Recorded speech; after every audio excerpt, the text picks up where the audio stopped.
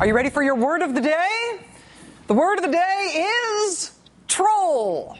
Troll, which can be used as a noun, it is more easily used in relevant context today as a verb, as in trolling. In our relevant context today, trolling means that you're trying to get a rise out of somebody. You're trying to get them to take some bait that you are dangling with nefarious hope. You are doing something to provoke a negative or furious or attacking reaction from somebody you are counting on getting it from. The etymology of trolling is a little confused. The way we use the word now, especially online, it could come from Billy Goat's Gruff, right? Where the goats gruff are afraid of the funny little monster under the bridge. They're afraid of the troll. Or maybe the idea of trolling derives from the high art of puttering along at a slow speed in a fishing boat, dragging bait through the water, hoping for a bite. Trolling. But whatever the roots of the concept of trolling are, you know trolling when you see it. Okay, explain to me why retard is inappropriate. You want my health care? I'll give you the savage health care. Take the chocolate out of that fat woman's mouth. There is a movement on to normalize pedophilia. Since when the hell do we Americans believe in separation of church and state? Trolling is a key part of the conservative entertainment/media business model. These guys say stuff all the time that they do not intend to be persuasive. They're not trying to explain something or to bring people along to their way of thinking. They're just doing something to attract attention and hopefully condemnation and outrage from the mainstream and particularly from liberals. They want to offend you. They seek to offend you. That is the point. They want the attention and they really want the condemnation. Because, hey, attention's attention and clicks are clicks on the website, right? Bad publicity is still publicity. But more importantly, the key part of their base audience that they are trying to monetize likes anyone who gets condemned by the mainstream. It's a badge of honor. So it makes people sign up for the daily mega ditto buy gold newsletter or whatever and pay their $9.95 for I used to be on TV, but now I'm on the internet, right? Sign up now for exclusive content you won't find in the lamestream media that hates me. It's a shtick, right? It is a shtick that pays. And it pays big dollars to big-name conservatives, and it pays small dollars to others. Like this week, maybe you saw there's some poor guy trying to get national attention for charging liberals more than conservatives at a restaurant that he owns. He wants attention for his restaurant thingy. He wants maybe some combative conservative business owner 3 states away to hire him to cater something, just to stick a thumb in the eye of all those offended liberals. We're counting on you being offended. Yeehaw! It's a shtick. It is a tried and true shtick. And that guy, the restaurant guy with the pay attention to me designed to be offensive pricing publicity stunt, he is trolling. He is a troll. Ted Nugent is a troll. Donald Trump is a troll. When you see the conservative lady who used to be on Saturday Night Live now doing a YouTube song about the communist in the White House, look, it's a troll. We see trolling sometimes in elected officials, too. When a politician says something deliberately provocative in front of an audience that they know will be provoked because they're banking on firing up a smaller group of people who enjoy the way that speaker can make that other audience mad. Congressman Steve King is kind of a permanent troll. We could also electrify this wire with the kind of current that wouldn't kill somebody, but it would simply be a discouragement for them to be fooling around with it. We do that with livestock all the time. Comparing immigrants to livestock and using a visual aid to do so on the House floor. Trying to purposely offend people because he wants the attention. He is a troll. Here's another. A poet once said, "Life can be a challenge, life can seem impossible, but it's never easy when there's so much on the line." When Herman Cain quoted Pokemon at the Fox News presidential debate, he was being a troll. He was trolling the entire democratic process at that point. Here's another. I believe there's about 78 to 81 members of the Democratic Party that are members of the Congress Party. Trolling. Congressman Allen West, former Congressman Allen West, begging America, please be outraged by me. Please condemn me. I will say whatever it takes to earn that kind of attention. I live to cause pointless outrage. I am a troll. The thing about trolling is that the troll, by definition, is not serious, right? They're not serious about what they are saying. By definition, they are saying what they say only to make somebody mad. They're not presenting a position they think should be adopted. They are entertaining and satisfying and capitalizing on a tiny targeted base that loves the fact that that person can cause outrage, that they can drive otherwise serious people talking about serious things to be seriously distracted. They love the distraction and the disruption. They love deliberately causing it. Trolls serve a purpose. But no one should ever think that they're trying to be taken seriously as a thinker or a responsible party in a debate or discussion. Another good example of this phenomenon is the new advertisement from the National Rifle Association. Are the president's kids more important than yours? Then why is he skeptical about putting armed security in our schools when his kids are protected by armed guards at their school? Besides the obvious fact that presidents and their families get Secret Service protection whether they want it or not, President Obama does happen to be just fine with having armed security in schools if that is what schools want to do. He proposed funding just that kind of idea today. But the NRA did not just put out a 30-second version of their Safety of the President's Daughters advertisement today.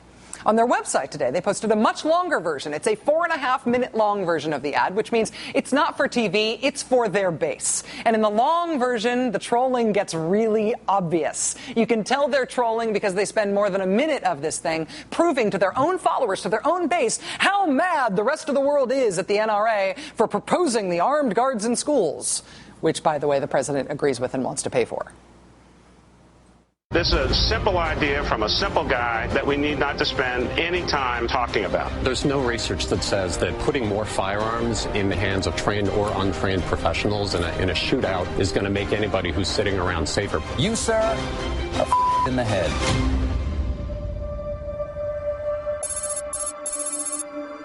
If it's crazy to call for putting police and armed security in our school to protect our children, then call me crazy.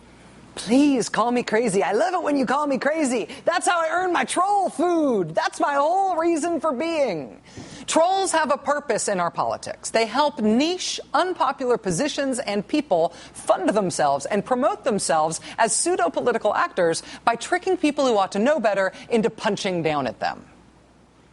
But if that is the way you are operating in our political system, if you have to troll for it, if you're going for purposeful outrage and nothing more serious than that, it is also pretty good evidence that you are not really all that relevant to the larger discussion that the adults are having. And that's what is going on with the NRA. And, you know, the NRA has proved its political impotence in real politics, in recent electoral politics, and they did it in stark empirical terms. In the 2012 election, the NRA's main PAC spent $11 million on candidates. More than 99% of what they spent was wasted. 0.83% of the NRA's money went to the results that they wanted in that election.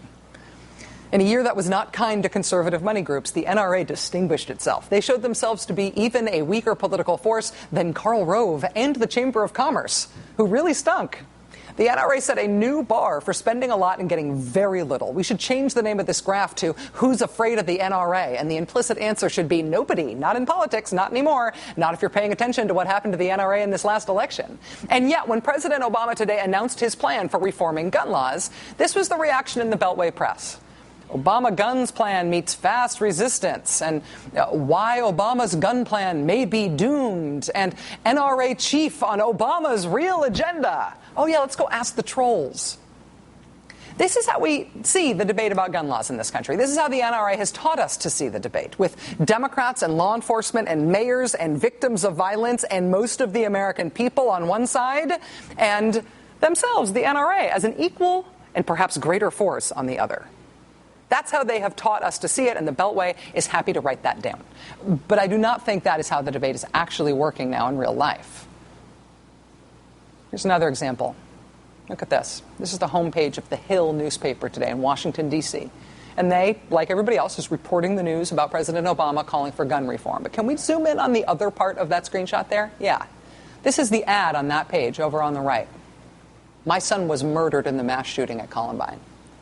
On the front page of the Hill today, which is sort of the yearbook for members of Congress, this is an ad from Mayors Against Illegal Guns, Mike Bloomberg's group, which has already shown that it can compete against the NRA in political races and win, and which today was organized and right on time and being taken very, very seriously.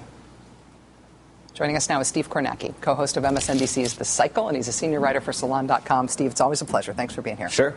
Do you think it is fair to call the NRA a troll, that they are going for outrage here in order to please their base rather than trying to persuade anybody? Yes, outrage to please their base, outrage to raise money, and it's something we've seen before. And I'm struck by is something that happened, I guess, 17, 18 years ago, back in 1995. And there was, I forgot what the exact controversy was, but the NRA referred to some federal agents as, quote, jackbooted thugs. Yeah. And if you remember, it was former President George Bush, George H.W. Bush at the time, who at that moment resigned his lifelong membership in the NRA. He was so disgusted by that kind of rhetoric. Now, at the time, the NRA was kind of ascendant. You had just had the 1994 midterms. Democrats kind of believed that because of the assault weapons ban, because of the Brady bill, they had lost. They were scared of the NRA. So George H.W. Bush doing that didn't have much of a political impact. But I'm thinking of the current debate right now. And the NRA is doing the exact same thing now that it did in 1995, except gun control is on the table now in a very serious way. And think of the politicians who are out there who are like George H.W. Bush. That is to say,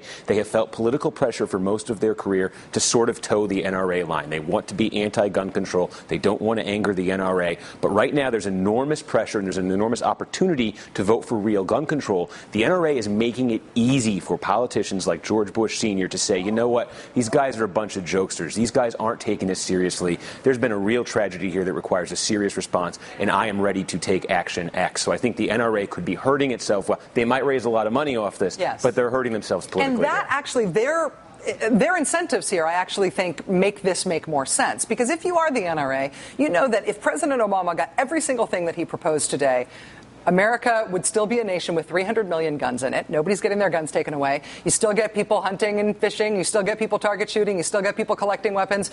You don't actually do anything to meaningfully take away the gun ownership base that you've already got.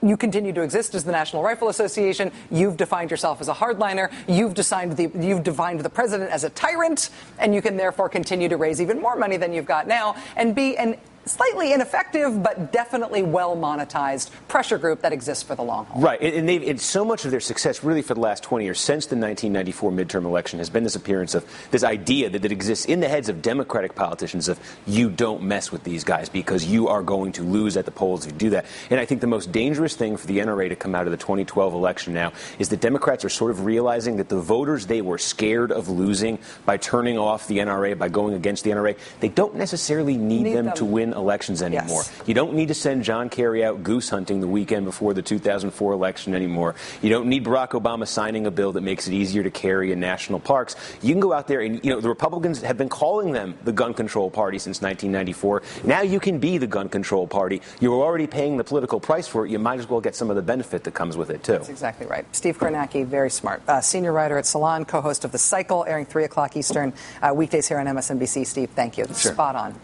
All right, the best new thing in the world tonight involves my favorite live news moment maybe ever. And it is coming up, and it has nothing to do with guns. It's coming up.